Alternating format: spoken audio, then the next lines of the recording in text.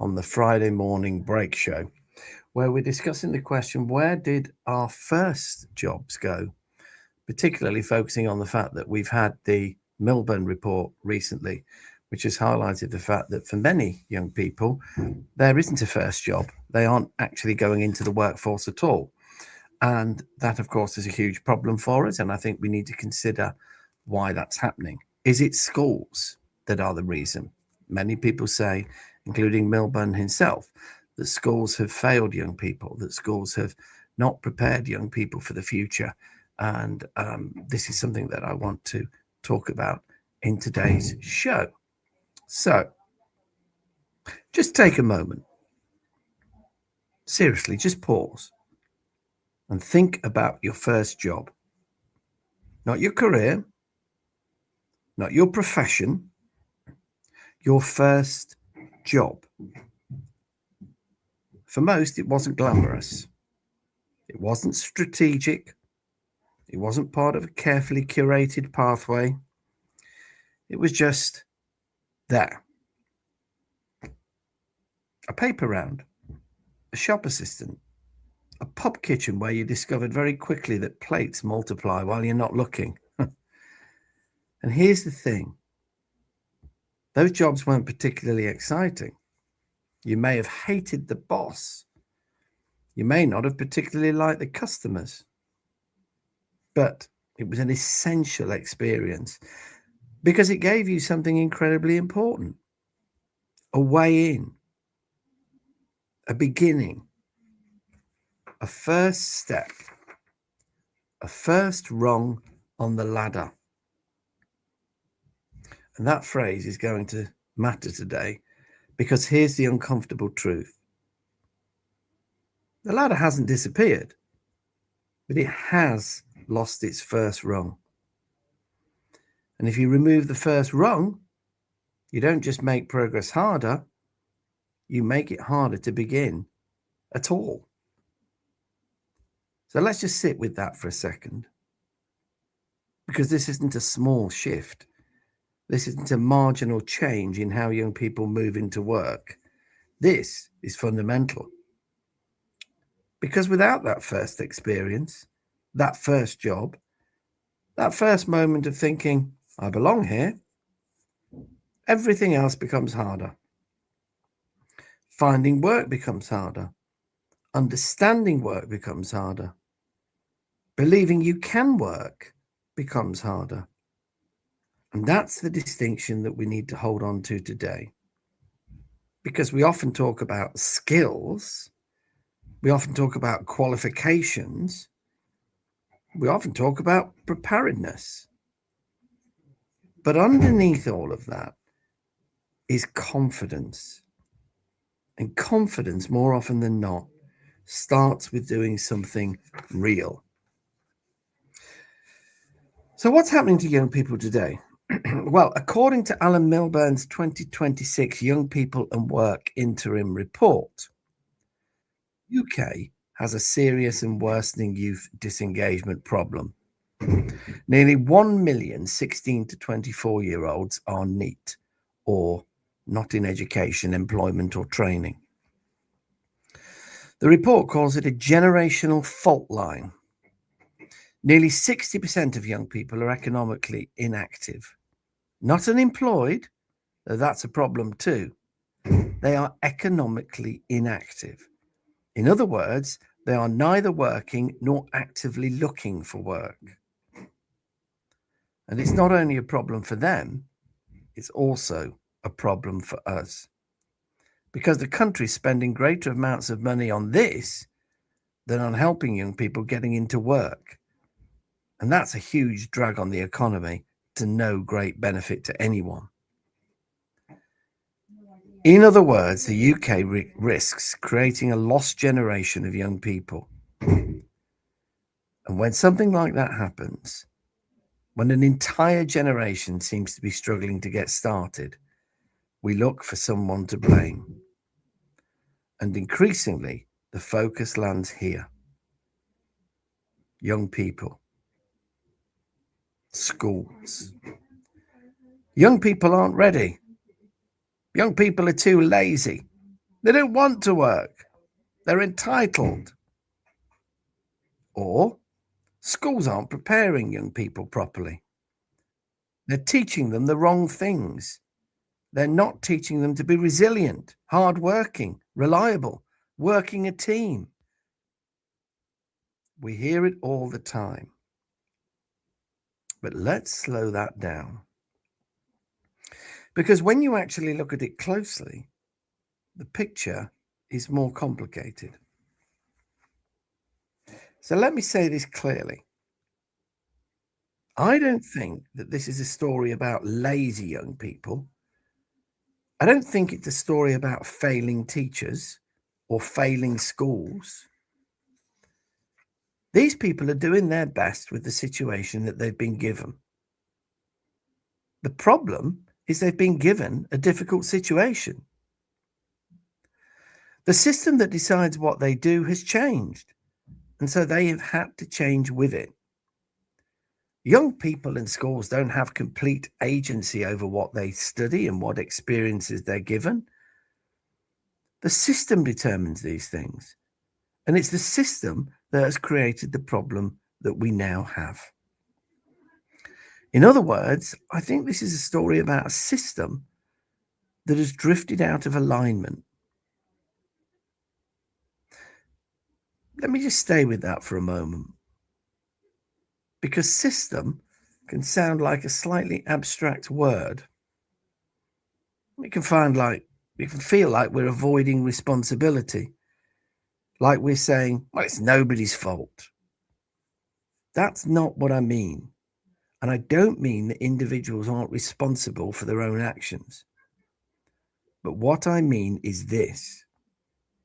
At every level of the system, people are doing what makes sense to them.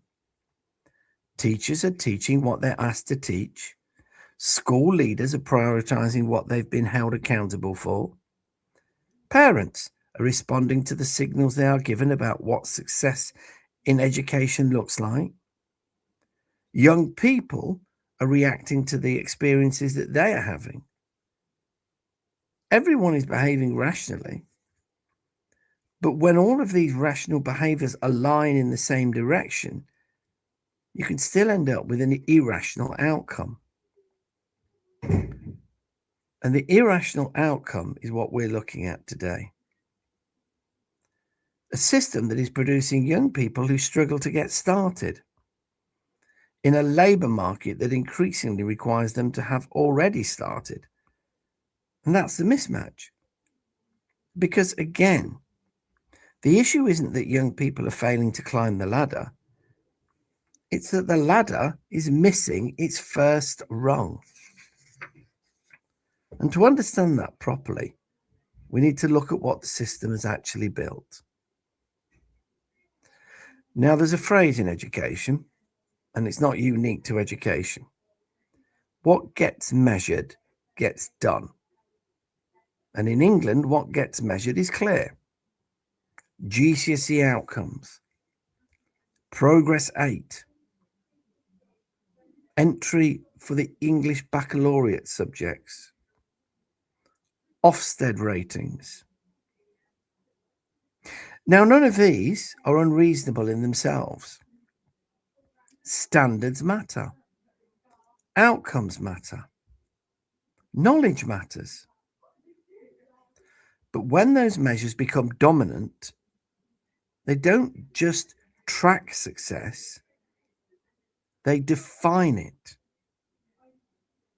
And once success is defined narrowly, everything else becomes secondary. And when everything else becomes secondary, some students actually become secondary too. So let's just be honest about how that feels inside a school. Because I've worked in schools for a long time. No teacher walks into a classroom thinking, I only want 2/3 of these children to succeed. That just isn't how it works. But systems shape behavior.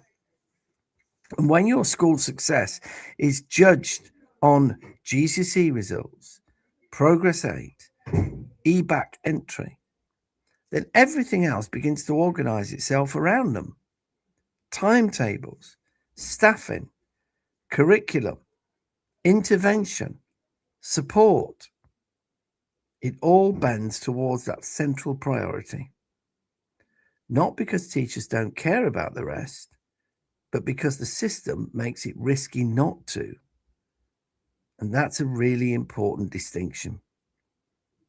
I mean, it's not that schools don't value other pathways. It's that the system doesn't reward them when they do. Not intentionally, but structurally. The plain truth is that GCSE outcomes are one of the things that employers value, but only one. However, woe betide any school that doesn't prioritise exam results over everything else, because they just won't be deemed successful by government, by Ofsted, or by parents. Furthermore, that the system pitches schools against one another in a competitive market where the key indicator of value is exam results. Progress 8 and EBAC targets take that further. They define what subjects young people must take if their school is to be deemed successful. The more students learn the traditional academic subjects, the better the school will perform. Then Ofsted rounds it all off with a 4-yearly existential threat to jobs, admissions, funding, and status. If exam results are below average, as approximately half of all schools must always be, the result is not going to be good. So whatever else you do as a school leader, get a good Ofsted, and then you can go from there. And getting a good Ofsted means, amongst other things, getting good results. Which brings us to one of the most important groups of young people in this conversation. I'm going to tell you about Jake. Jake is in year 9. Well, to be honest, he isn't in year 9 because I've made Jake up. But there are thousands of students like Jake, and that's what's important. Jake's practical. Jake's capable. Jake's brilliant with his hands. He can take something apart and rebuild it faster than most adults. But in a classroom, it's a different story.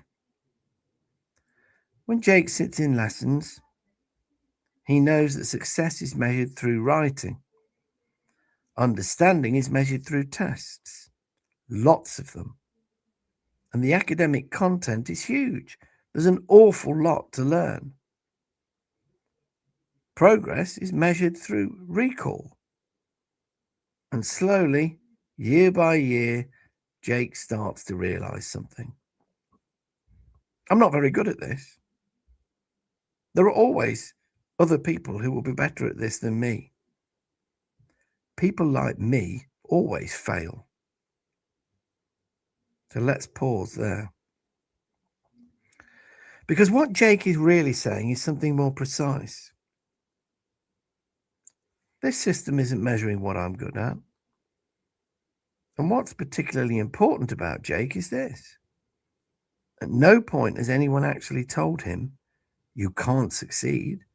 No teacher's actually said that.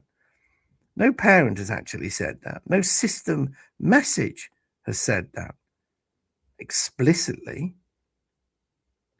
But messages don't have to be explicit to be powerful. They can be accumulated, reinforced, implied, perceived over time. Lesson after lesson, test after test, comparison after comparison, until eventually Jake doesn't need anyone to tell him, because he tells himself. He disengages, not dramatically, not aggressively, just quietly. Less effort, less belief, less connection. Because when the system stops reflecting you, you stop seeing yourself in it. And when you stop seeing yourself in it, you start stepping away from it. And that tends to happen when young people move through secondary school and they become aware of their potential future as adults. It tends to happen when they think about the future, and they often don't like what they see. A future on the scrap heap. You often find celebrities and famous people generally will report back that they'd been told when they were younger by a teacher or by their school that they were no good. Now, I don't doubt that some of them really were told that explicitly, but I suspect that most of the time it was just something that they thought they were being told, while nobody actually ever said those words. Sometimes people draw conclusions silently, and they don't even tell people that they've drawn those conclusions. Now, here's where the debate often takes a turn. So let me stay with Jake just a little longer, because it's very easy to talk about this in abstract terms. The forgotten third, disengagement, mismatch. But Jake isn't abstract. Jake is real, or at least there are many, many students like Jake who are real. He sits in classrooms every day. He listens, he watches, he notices who's succeeding, he notices who gets praise, he notices who gets asked to answer questions. And over time, he also notices something else. He notices when his name isn't called, when his work isn't the example, when his strengths don't quite translate into the things that are being measured. None of this is deliberate, but it accumulates. And by the time Jake reaches year 11, the question isn't why has Jake disengaged? The more honest question is, well, why wouldn't he? You've heard the phrase soft bigotry of low expectations. Martin Oliver, the chief HMI of schools, said it recently at a conference of school leaders. The soft or quiet bigotry of low expectations. And on the surface, it sounds right. We should challenge young people. We should believe in them. Of course we should. But I think this is where the phrase becomes particularly powerful and particularly dangerous, because it sounds morally right. Who could argue against high expectations? Who wants to stand up and say, actually, let's expect less? No one. And that's why the phrase works. But the problem with powerful phrases is they compress complex ideas into simple ones. And once something becomes compressed, it becomes harder to question. So instead of asking, what kind of curriculum actually works for this student? We start asking, does this look like high expectation? Is this teaching ambitious enough for this young person? Is the curriculum ambitious enough for these young people? But they're not the same question. In fact, they can lead to very different answers, because someone sometimes will think what looks like high expectation on paper feels like irrelevance in practice. And if someone feels irrelevant, young people don't push harder, they just switch off. But here's the problem. In practice, the phrase gets used in a very specific way to suggest that if you offer different pathways for young people, you are lowering expectations. And that's deeply problematic because it assumes something that simply isn't true. That there is only one valid route to success. Either Jake makes it as an academic success or he's a failure. And that's where the phrase becomes not just unhelpful, but actively damaging, because it shuts down debate. It closes off professional judgment. It puts schools in a position where adapting to students' needs can be interpreted as giving up on them. And that's a really dangerous place to be.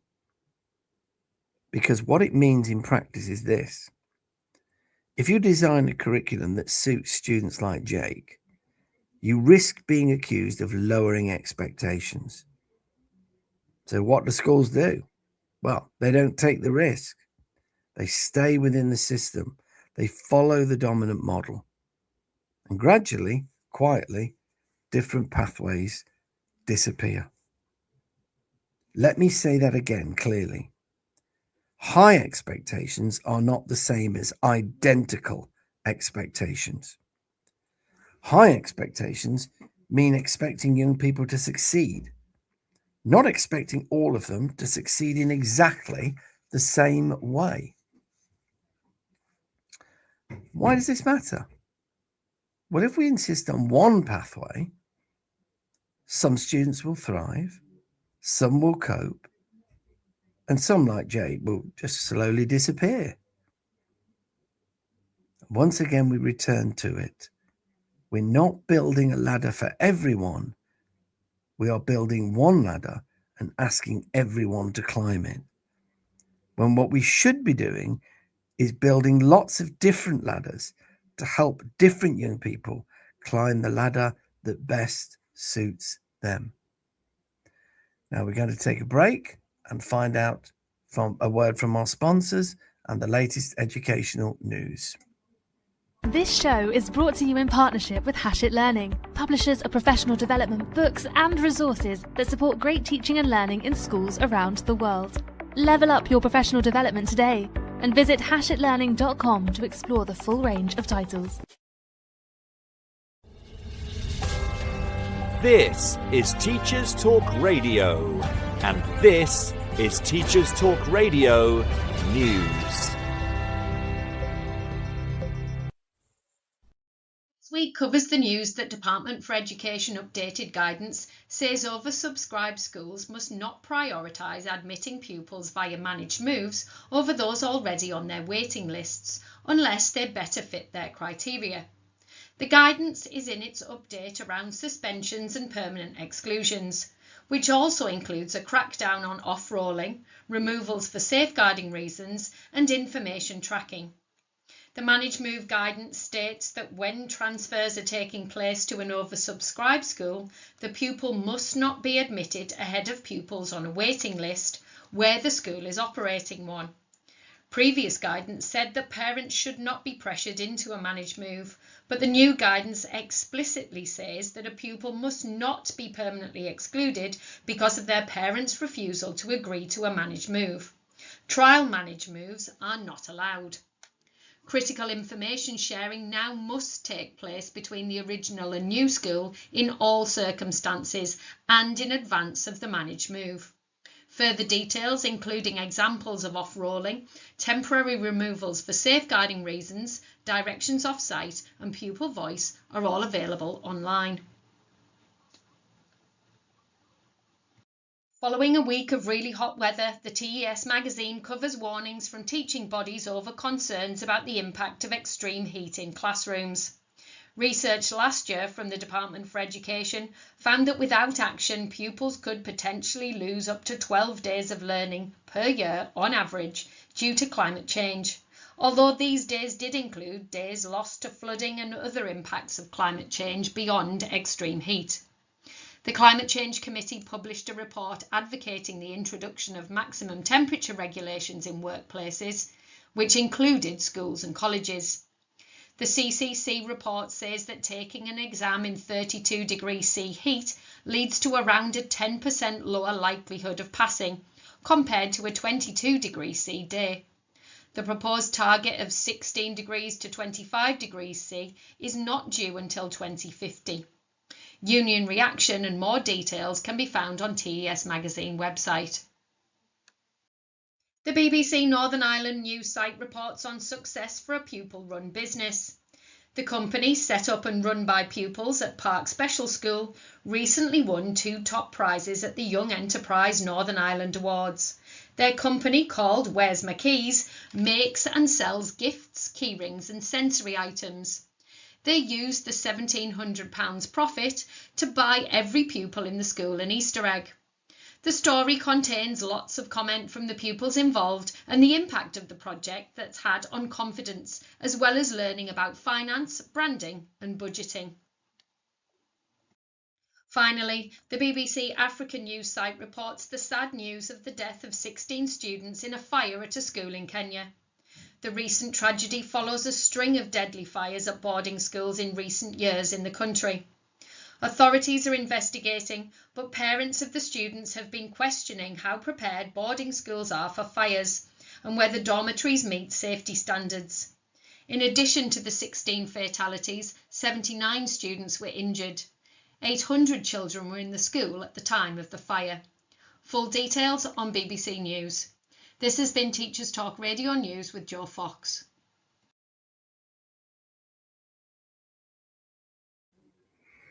Hello and welcome back to the Friday Morning Break Show with me, Carl Smith, where we're talking about the question of young people not entering the workplace anymore or remaining economically inactive. And before the break, we concluded that what we should be doing is not building one ladder and asking everybody to climb it, but building many different ladders and helping young people to climb the one that best suits them.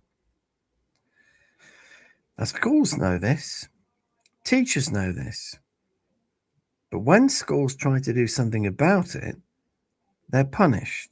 They're branded as failures. So mostly, they don't try. Take the idea of the 3-year Key Stage 4, for instance.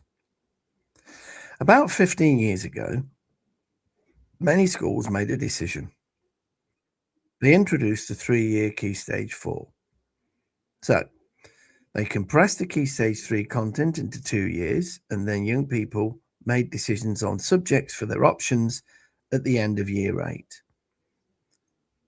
They then studied their GCSEs for 3 years rather than 2. There were various models. 1 or 2 schools had a hybrid model, where in Year 9 they would study some of the subjects at GCSE that they wanted to do, so they had a more guided choice, but not all of them. But either way, the concept of the 3-year Key Stage 3 was one that emerged and proved to be quite popular. Why did schools do this? Well, they didn't do it to reduce opportunity. They didn't do it to deny young people their entitlement. They did it to increase depth of understanding in the subjects that they studied, to improve focus, in other words, to make sure that, a student that missed a day or a lesson wasn't then in a position where they had to catch up when the class had already moved on, because you could go back and revisit things because you had enough time. And it was to increase engagement, because sometimes you have to do things which are fun, which are interesting and only obliquely related to the syllabus. The trouble is that you can't do that in 2 years with many syllabuses at GCSE these days, simply because there's so much content to cover. Now, this system worked best for students who needed a different structure to the traditional academic core. And it worked for these students. These students were happier, their teachers were happier, their parents were happier. Now, there was at the time a whole legitimate debate about the quality of some of the vocational courses on offer, but the question should have been answered with something that improved the vocational courses rather than scrap them entirely. Unfortunately, that was what was done. Improving vocational education was expensive, and new governments had new priorities. The Wolf Report, published in 2011, was scathing about low-quality vocational courses that didn't help young people get into employment. It argued that vocational courses should be confined to post-16 education. It emphasised the importance of GCSE English and Maths, however, arguing that too many young people were leaving school without the level of literacy and numeracy they needed and employers needed them to have. It said that most vocational courses were chosen by schools to boost their results and game the system because they were measured in terms of GCSE equivalents. But in practice, it was much easier to get results while studying them rather than the more traditional academic subjects, went the argument. The infamous case of GCSE baking being the equivalent of 4 GCSEs but offered as a BTEC was often cited. But that may have been true, but the conclusion that was drawn was not true. The truth is that vocational education is hard, it's difficult to get right, and it can be expensive. But when it's done well, when it's done properly, it can be truly transformative for the young people that follow it. So at this point, it's worth reflecting on what happened. Because at that moment, the system had a choice. It could have said, these vocational pathways, they need improving. Let's invest in them. Or it could have said, these pathways are flawed. Let's just get rid of them. And broadly speaking, that's what happened. Most of those vocational pathways were got rid of. Now, you can understand why. There were genuine concerns about the quality of them. There were courses that didn't have much value. There were cases of poor design. But the response mattered, because instead of strengthening the alternatives, we doubled down on the academic route. That's a very different route. Because once you remove alternatives, you don't raise standards for everybody, you narrow the route. There was, of course, lots of talk of apprenticeships being offered post-16 and in relevant areas to create an alternative training pathway for young people. But what's happened with apprenticeships is that they have invariably become a route for people already in work to retrain, which wasn't the original idea at all. At the time, ministers said that curriculum had been dumbed down, and these poor quality pre-16 vocational courses were doing young people no favours. They argued that young people were being let down by their schools and teachers because those schools and teachers were just trying to boost their grades. The 3-year Key Stage 4 was seen as just part of that. Schools were just stretching out the period of time they had to teach a GCSE syllabus because they get better grades that way, rather than because it would actually help young people. Education was for life, they argued, not for GCSE. Inspectors were even told to look out for schools who were just teaching to the test. So what happened? Schools were challenged about their 3-year GCSEs. They were criticised. They were accused of narrowing opportunity, acting unethically, gaming the system. Think about that for a minute. Schools had adapted to meet students' needs, and they were told they were letting students down. Ofsted was tasked with failing schools that did exactly that. And so what happened? The 3-year Key Stage 4 disappeared. Schools were not going to take that risk anymore. Never mind that their students liked them. Never mind that parents liked them. Never mind that teachers liked them. The system decided that they weren't a good thing, and so it made sure that that would disappear. Instead, the system recentered around the same academic pathway for all.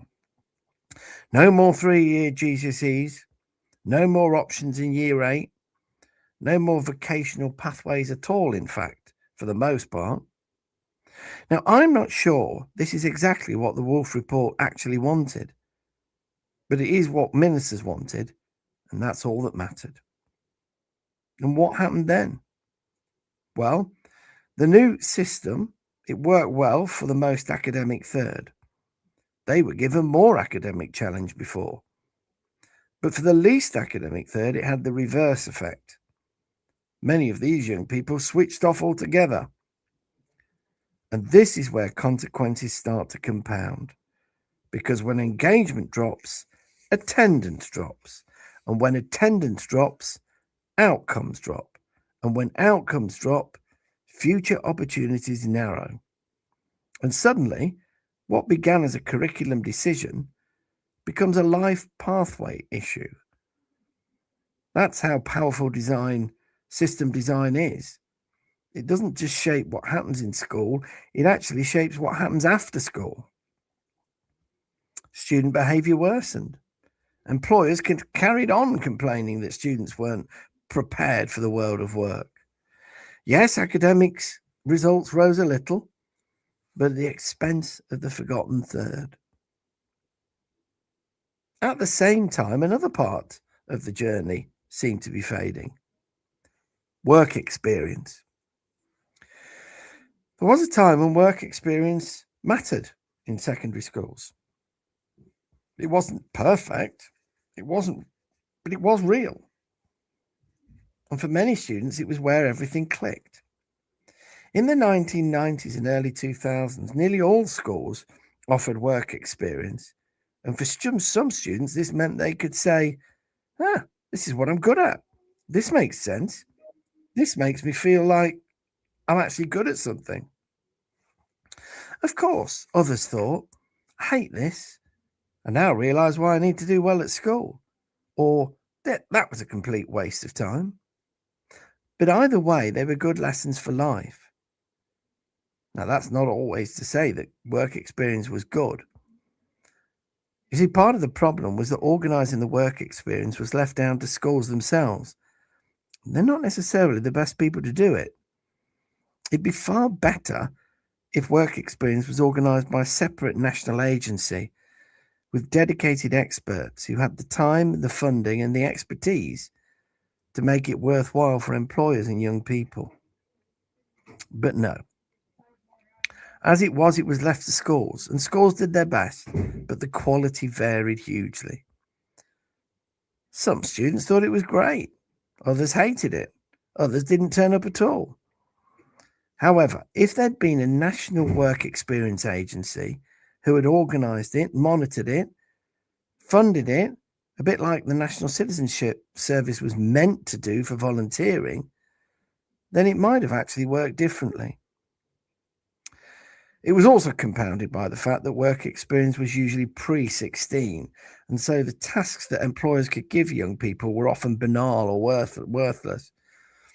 Post-16 work experience would be an entirely different matter, however. Once again, a good idea failed because it was badly funded and badly organised. And when the national career system was then dismantled in the name of saving money, and schools were told to make sure their students did well in traditional academic subjects or face oblivion, it gradually disappeared from timetables altogether. And when work experience disappears, something else disappears with it. Not just opportunity, but visibility. Because for many young people, work is something abstract. They don't see it, they don't experience it, they don't really understand it. And if you can't see something, it's very hard to imagine it yourself. And if you can't imagine it yourself, you're far less likely to pursue it. And so today, for many students, that opportunity is reduced, delayed, or completely absent.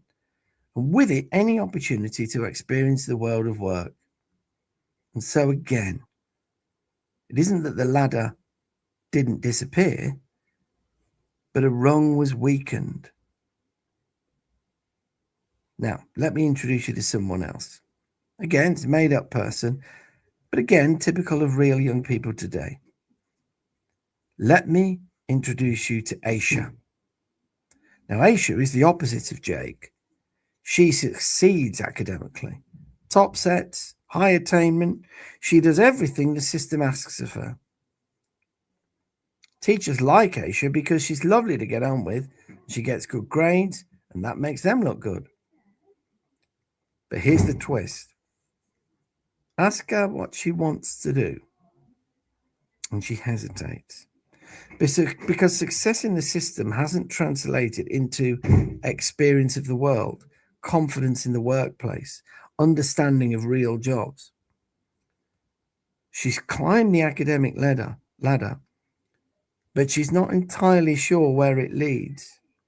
She's clever, but she doesn't know how to translate it into something meaningful outside of study. Lots of Asians go to university, and that's usually a good thing. They love it, they do well, and they become very well educated people. But it would be nice if they'd also developed a good sense of where that leads and how it can help them thrive in the world of work. Some do anyway, but a lot don't, and that isn't great.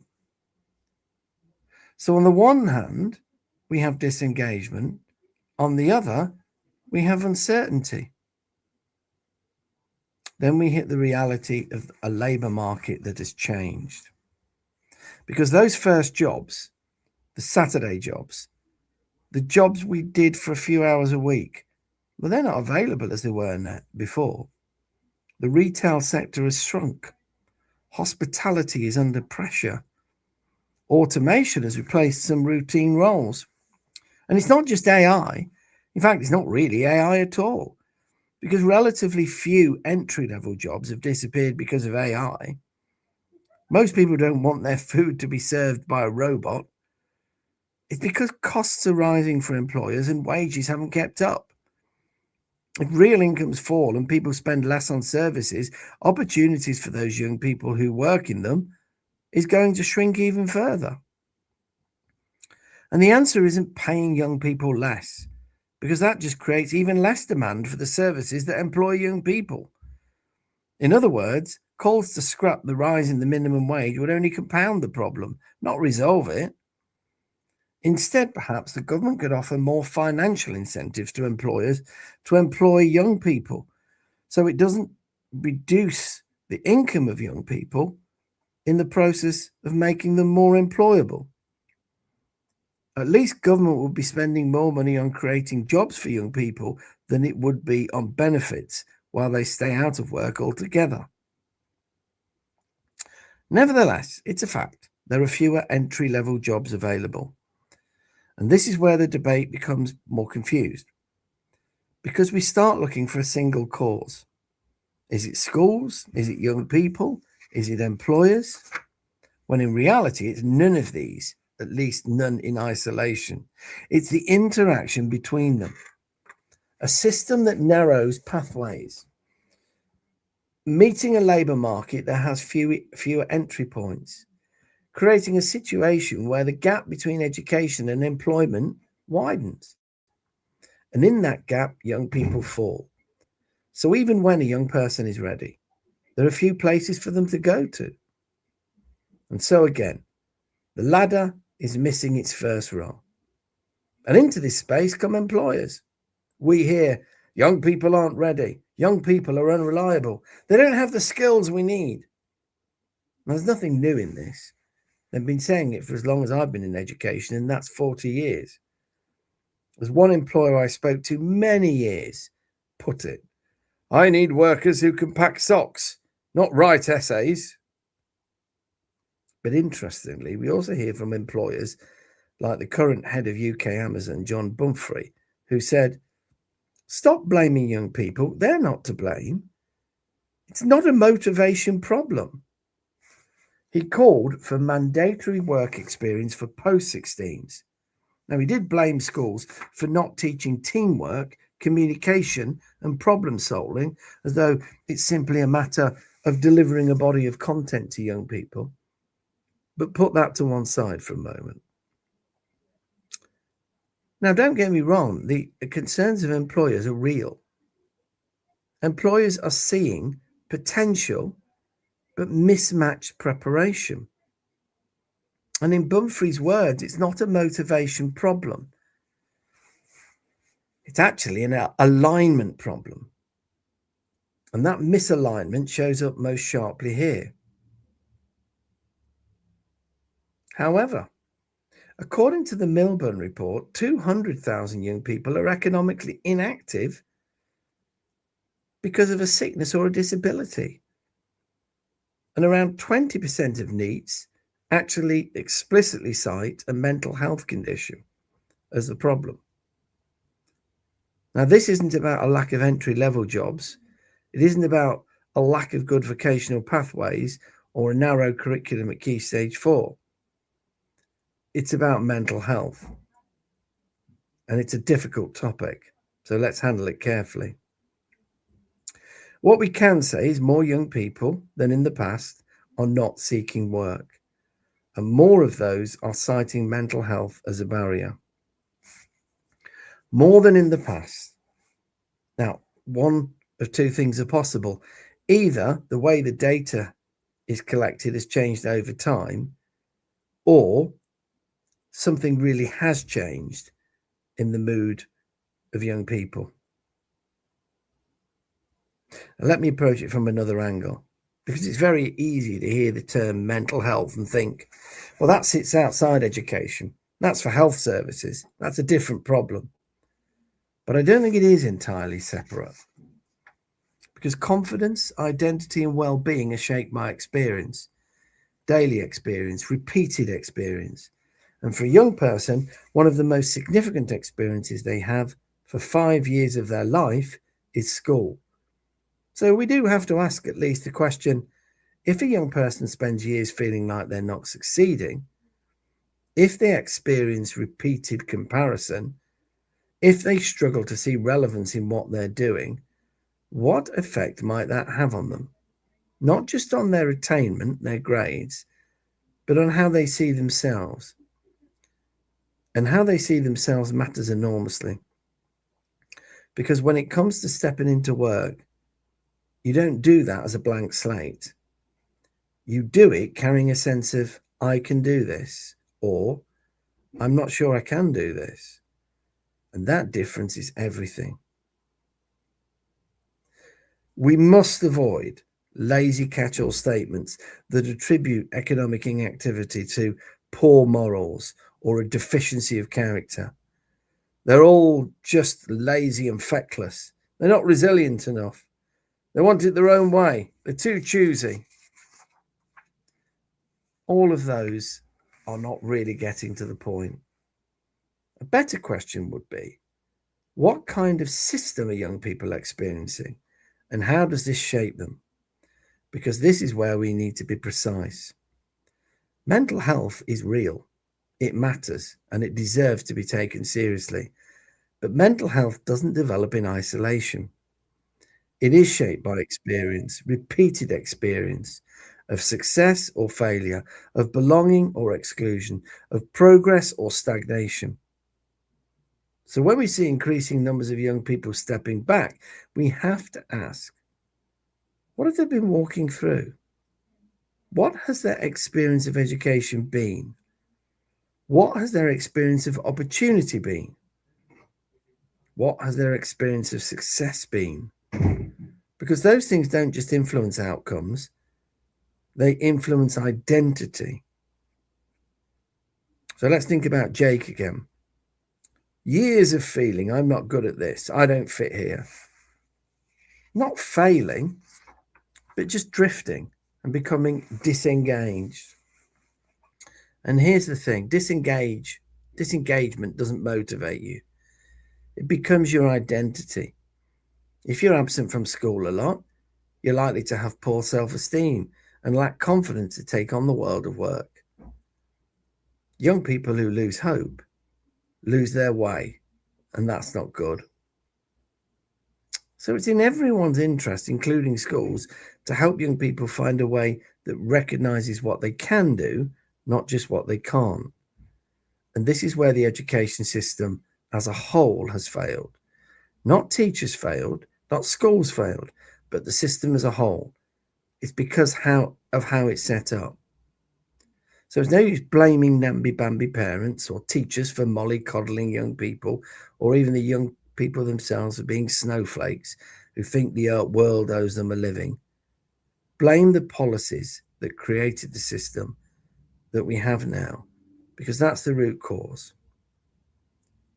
Nevertheless, when identity shifts, stepping forwards becomes harder. So let me tell you about Liam, or at least people like Liam. Liam left school at 16. No clear pathway, no strong results, no clear step. He wasn't the strongest, didn't work the hardest, probably lacked social graces, to be honest, but he's at the start of his life, and like everyone of his age, he wants to earn some money and get his life on track. But it doesn't happen. His applications go unanswered. His confidence drops. And confidence is everything at that stage in your life. Because once confidence drops below a certain point, action becomes harder. Applying becomes harder.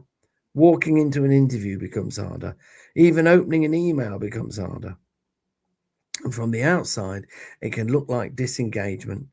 It can look like inactivity. It can look like a lack of effort. But from the inside, it feels very different.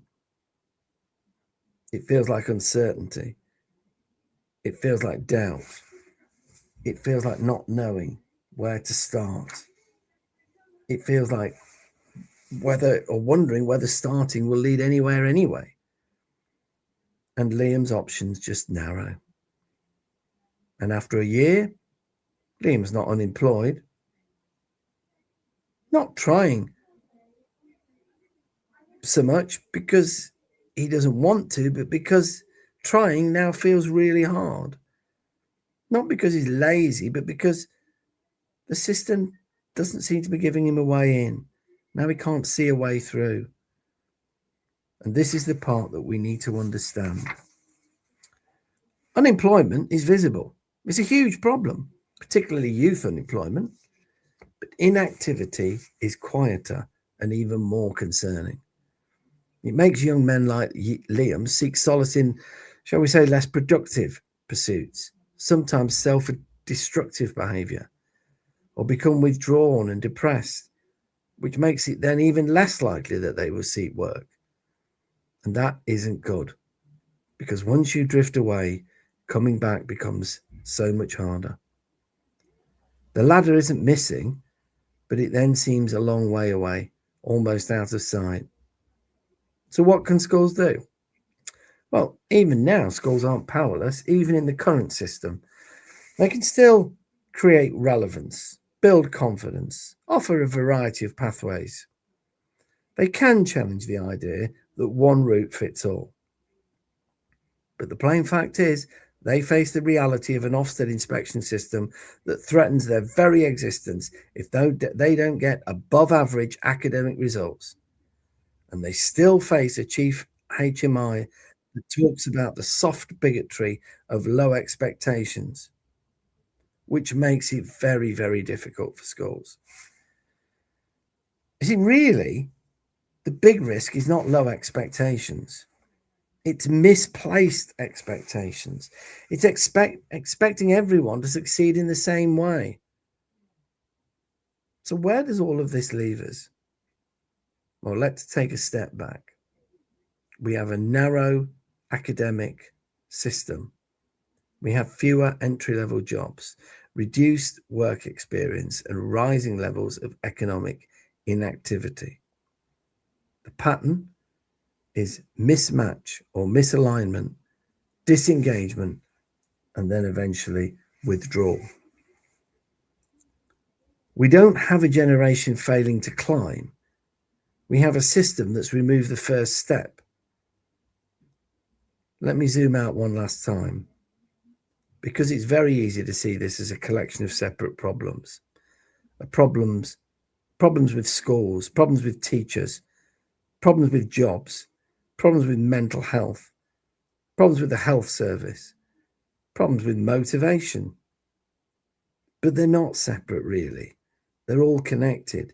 They all reinforce one another. A narrower system creates disengagement. Disengagement affects confidence. Confidence affects behaviour. Behaviour affects opportunity. Reduced opportunity reinforces that disengagement, and round it goes. Until eventually, you don't just have a young person who isn't working, you have a young person who doesn't see where they fit. Let's put it simply. If a young person doesn't see themselves in school, doesn't experience the workplace, doesn't have access to that first job, then this isn't about effort. It's not about attitude. It's about opportunity. The ladder hasn't disappeared, but it's lost its first rung.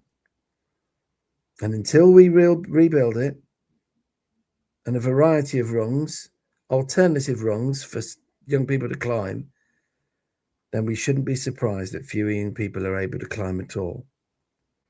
So let's bring this back to where we started. Think again about that first job. The paper round, the shop, the cafe, the kitchen. Not glamorous, but essential.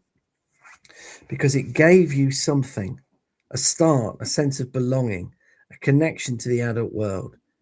And now ask the question, where is that moment today?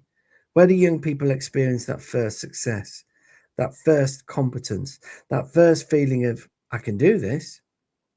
Because if they don't experience it, then stepping forward becomes so much harder. And stepping forward becomes a psychological challenge, not just a practical one. So, we have a school system that works for many, but not for all. We have fewer entry points into the employment system, fewer young people with less work experience, and they're being asked to make key decisions, and more of those young people are stepping away. And the result? A generation that appears to be struggling to even make the first step, because the ladder hasn't disappeared, but it has lost its first rung. And until we rebuild that first stage, we will continue asking the wrong question. Not because if we keep asking that question, we'll keep getting the wrong answers. We'll keep blaming the wrong people. And we'll keep designing solutions that don't work. But because the issue isn't effort, it isn't ambition, it isn't attitude, it's access, it's alignment, it's opportunity. Why aren't young people climbing? Well, that's not the right question. The right question is, why have we made it so hard for them to climb in the first place? Now, we'll finish with a word from our sponsors. So I'll welcome you back after that, and we will then sum up what I think the problem is. This show is brought to you in partnership with Hachette Learning, publishers of professional development books and resources that support great teaching and learning in schools around the world. Level up your professional development today and visit hachetlearning.com to explore the full range of titles. So here we are at the end of my Friday morning break show today, asking the question, where did all the first jobs go? Well, the answer is some of them went because of structural issues, but some of them are still there, and young people aren't prepared for them because the natural stepping stones to them have been removed, because a conception of education was so narrow and so traditional that it failed to see that not all young people will succeed in the same way. And therein lies the root of the issue. From the perspective of schools, we need to create curriculum routes that help young people to find themselves, to give them a sense of pride, to give them a sense of success, a sense of value, so they can make a real contribution to society and the economy. Now, some young people thrive in an academic environment, and that's great for them, and we should continue to hold the highest standards of academia. But we also should hold the highest standards of education and training, and give other young people an opportunity to train and learn and contribute in different ways. We should also make it easier for employers to employ young people, not by reducing the minimum wage, but by giving employers subsidies so they help young people get on the ladder for the first year or two. It's happened in the past, but it hasn't happened enough, and it needs to happen a great deal more. And we need to make sure that apprenticeships are focused on young people and not people already in work who are deciding to retrain. There is a role for the latter, but the primary function of apprenticeships should be for young people, helping them make their first steps into the world of work. And we should stop forcing schools to be accountable for only one type of success, forcing schools to ignore the other things that young people can do to do well, and forcing schools to only deliver one very specific outcome. Those outcomes matter. It matters that schools get good results, but some young people need a different kind of result, and we're not giving it them, and that, I'm afraid, isn't good enough. That's where we're going to leave things today. So thank you so much for listening to my show today on Teachers Talk Radio. It's me, Carl Smith, on the Friday morning break show, wishing you a good weekend, and I will look forward to seeing you again in 2 weeks' time.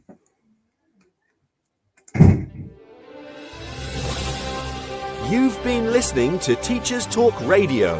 Tune in live and listen back at ttradio.org. We look forward to hearing from you next time on Teachers Talk Radio.